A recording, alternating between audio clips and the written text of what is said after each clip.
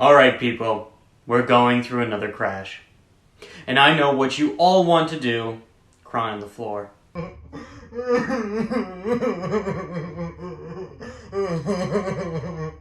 But now's not the time for that.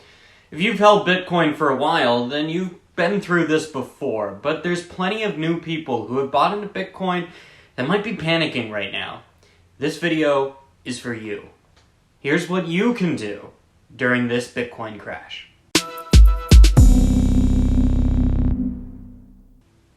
The first thing is don't panic sell. It really might be tempting, but if you've been following the sound investment advice, then you've only invested money that you don't need right now. You've got an emergency fund. You can handle that money going down for right now, and I know it looks bad with the red, but it's fine. We're in this for the long haul. You need to get your mind off of it. One thing you can do is go out for a walk. Get active. Go out and do something. Get off your computer. The good thing is the crash is happening right now during the summer, at least in the northern hemisphere. So that's a perfect time to get out and do something outside. You really need to get your mind off the price of Bitcoin. And a great way to do that is disconnect yourself. Disconnect yourself from whenever you're reading a lot of content about the price or find yourself pulling up price charts. Going out and taking a walk will energize your body and take your mind off things. And now might not be a bad time to start using your Bitcoin.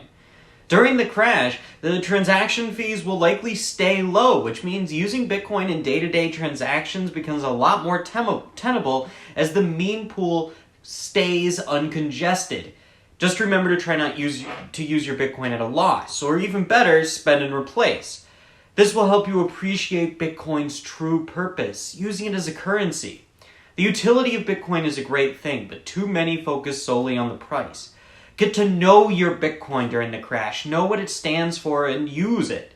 If more people use Bitcoin for its intended function, then that leads to stability in the longer term, which prevents you from ending up on the floor.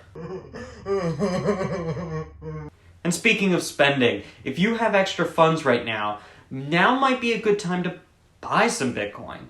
Obviously understand the risks and make sure you keep enough funds to handle both day-to-day and emergency expenses, but it might be a good time. The important thing to remember about Bitcoin in a crash is to view it as a long-term investment. Long-term, Bitcoin will likely go up, just as it has in the past. And even with the recent crash, it's still higher than it was 2 years ago. You shouldn't enter Bitcoin for a short-term get-rich-quick scheme. It is an investment, long-term, and you should treat it as such. If you keep that in mind, then you'll be able to survive the crash of 22.